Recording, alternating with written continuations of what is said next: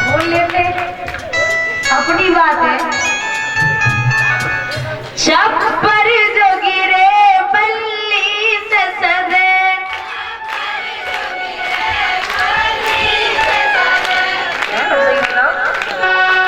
अंबर जो गिरे मुसदे,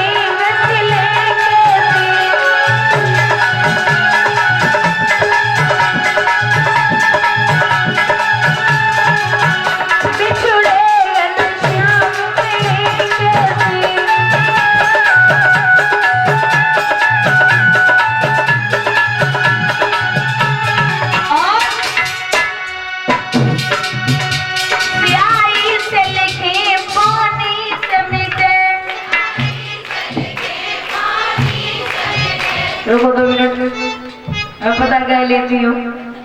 स्याही से लिखी पानी से मिटे,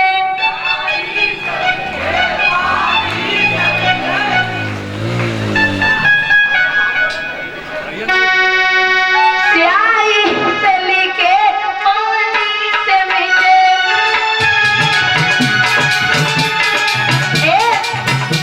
कर्म में लिखी तो मिटे।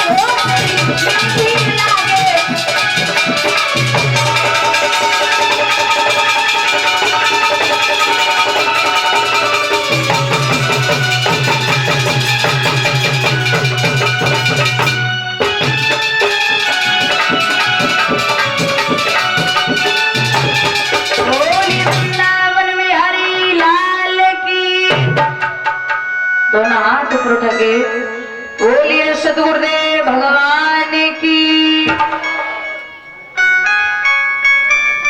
महाराज श्री सुखदेव भगवान वर्णन करते हैं राजन परीक्षित, ऐसी भक्ति की कथा श्रवण कराता हूं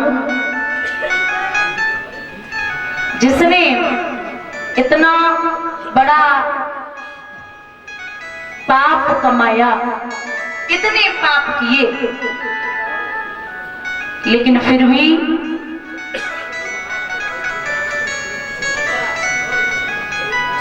भगवान के धाम के लिए गया।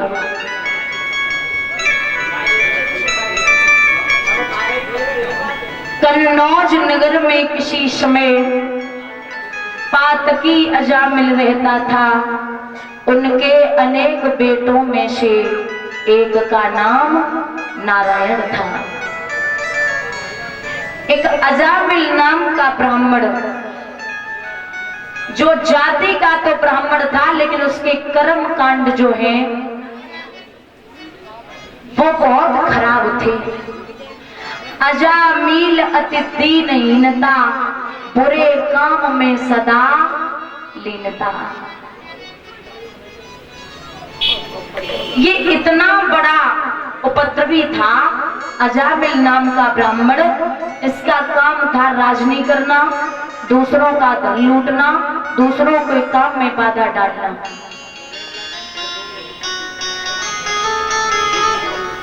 इसने अपने घर में एक वेश्या रखी थी। भगवान ने विचार किया कि ये इतना बड़ा पापी है, इसका उद्धार तो करना ही है। तो भगवान ने एक संत का वेश धारण किया और अजामिल के दरवाजे पे पहुंचे। बोलिए माता भिक्षाम देहि, अरे भीख दे दो। वो अजामिल की पत्नी जो वेश्या है वो भिक्षा लेके आई। लीजिए महाराज, लेकिन मैं जात की वेश्या हूं, आप संत हैं। तो भगवान बोले अरे पगली, तू ना जाने, कहा जात पात पूछे नहीं कोई, और हरि को भजे सो हरि को कोई। हमें जाति पात से कोई मतलब नहीं है। मैं हर व्यक्ति में अपनत्व देखता हूं, मुझे कोई फर्क नहीं पड़ता कौन कैसा है, क्या कर रहा है, क्या सोच रहा है, मतलब नहीं है। तो भिक्षा दे। भिक्षा ली। अब भगवान बोले बात बोलू देवी, यहाँ बोलिए। बोले भिक्षा तो दे दिए ना, अब जरा भोजन और करा दो। भोजन भी करा दिया। अब भगवान बोले देखो, गीता में लिखा है पत्रम पुष्पम फलम। किसी ब्राह्मण घर पे आए या संत घर पे आए या कोई मेहमान घर पे आए तो भोजन कराने के बाद दक्षिणा देनी चाहिए। चाहे घर में पैसा न हो तो फूल पत्ता या फल पकड़ा दो, लेकिन खाली हाथ आए हुए यजमान को नहीं भेजना चाहिए। कुछ दो। अजामिल की पत्नी बोली तुम भी हाथ करते हो क्यों? पहले उंगली पकड़ी, फिर हाथ पकड़ा, फिर पूरी बाजू पकड़ ली। अरे नाथ, मेरे घर पे कुछ नहीं रखा, और अगर मेरे पति आ गए ना तो वो बहुत बड़े शैतान हैं। संतों से तो इतनी नफरत करते हैं कि तुम खुद भी नहीं जानते। बोले आने दो। अजामिल आया, परीक्षित जो महात्मा को देगा, बोले कहां से आए हो, तुम्हें पता नहीं है अजामिल के घर पे महात्माओं का आना वर्जित है, तुम्हें किसी ने बताया नहीं? भगवान बोले वो कहा है ना, अब मैंने भोजन तो कर लियो, अब हम सोच रहे कि तेरी पत्नी के हाथ से हमें दक्षिणा मिल जाए। अजामिल बोला हम ला पड़े था नहीं पड़े, लेना जानते हैं मगर देना नहीं जानते। बोले भगवान तो ऐसा कर, तू ले ले। क्या दोगे?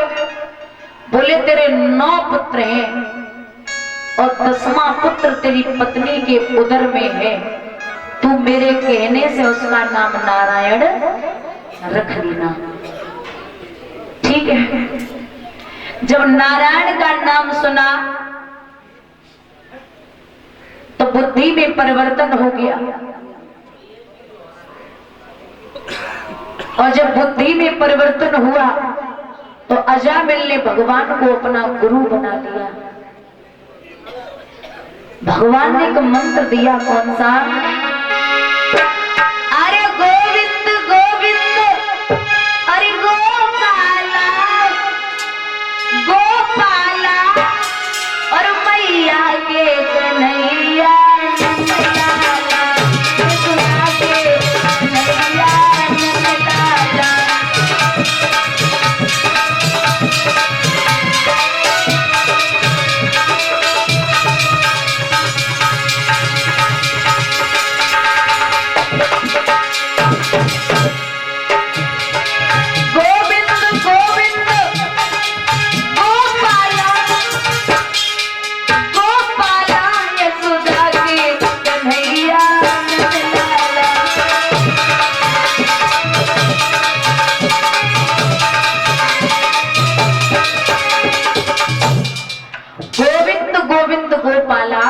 यशोदा की कन्हैया नंद लाला। सुबह सुबह भगवान तो चले गए, अजामिल ने अपना हल उठाया, विचार किया, गुरुजी तो बिना बताए चले गए। कहता हुआ जा रहा, गोविंद गोविंद गोपाला, यशोदा की कन्हैया नंद लाला, गोविंद गोविंद गोपाला, यशोदा की कन्हैया नंद लाला। एक नाला छलांगा तो गोविंद गोविंद गोपाला, यशोदा के कन्हैया। परीक्षित पीछे वाला नंदलाला शब्द भूल गया, वहीं से वापस आया और आकर के अपनी पत्नी से पूछा कि गुरुजी कौन सा मंत्र दे के गए थे? पत्नी बोली मुझे नहीं पता। बड़े पुत्र से पूछा, गुरुजी कौन सा मंत्र दे के गए थे? बोले हमें नहीं पता।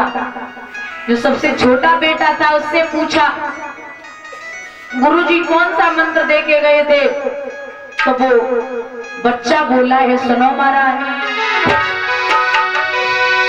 अरे गोविंद गोविंद, अरे गोपाला,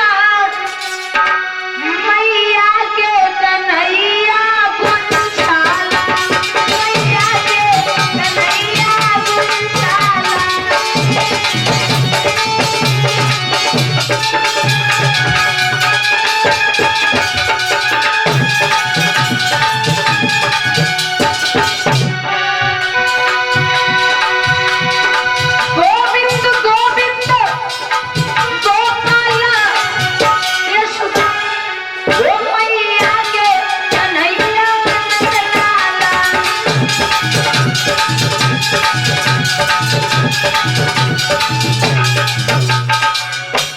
वो नंदलाला शब्द के, जो नंदलाला शब्द था, पाग गुंछाला फिट कर दिया।